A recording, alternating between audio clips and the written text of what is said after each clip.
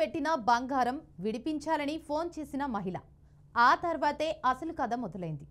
మంగళగిరిలోని లక్ష్మీ శ్రీనివాస ట్రేడర్స్ వివిధ ప్రైవేటు బ్యాంకులు, ఆర్థిక సంస్థల్లో తాకట్టు పెట్టిన బంగారాన్ని యజమానుల విజ్ఞప్తి మేరకు విడిపించి దాన్ని డబ్బులు చెల్లించిన తర్వాత యజమానాలకు అప్పగిస్తుంటుంది.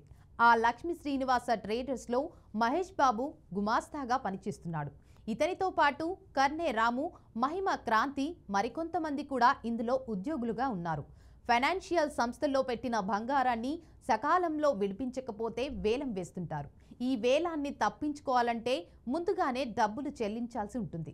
అటువంటి బాధితులు వచ్చిన సమయంలో లక్ష్మీ శ్రీనివాస ట్రేడర్స్ ఈ బంగారాన్ని విడిపించి తమ వద్దే ఉంచుకొని అసలు మొత్తం చెల్లించిన తర్వాత బంగారాన్ని వారికి తిరిగి ఇస్తుంటుంది.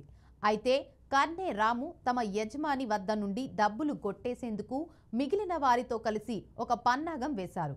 మహిమ క్రాంతి భార్య రాధికతో ట్రేడర్స్ యజమానికి ఫోన్ చేయించాడు. మాచర్ల ముత్తూట్ ఫైనాన్స్లో 62 గ్రాముల బంగారం ఉందని, దాన్ని విడిపించి సెటిల్ చేయాలని ఆమె కోరింది.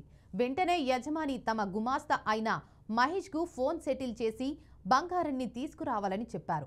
దీంతో మహేష్ 5 లక్షల రూపాయల నగదు తీసుకుని మాచర్ల వచ్చారు. మహేష్ నుండి కారులో ఫాలో అయిన రాము, మహిమ క్రాంతి అతని భార్య మాచర్లలోని ఫ్లైఓవర్ వద్దకు రావాలని ఫోన్ చేశాడు.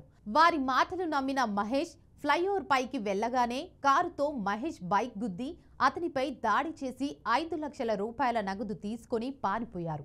మహేష్ ఫిర్యాదుతో పోలీసులు రంగంలోకి దిగారు. CC camera visuals, phone call data ఆధారంగా నిందితులను గుర్తించి అరెస్ట్ చేశారు. వారి వద్ద నుండి 2 కార్లు, 3 కత్తులు, 5 లక్షల రూపాయల నగదు స్వాధీనం చేసుకున్నారు. ఇక నిందితులపై పలు పోలీస్ స్టేషన్లలో కేసులున్నట్లు పల్నాడు జిల్లా ఎస్పీ కంచి శ్రీనివాసరావు తెలిపారు.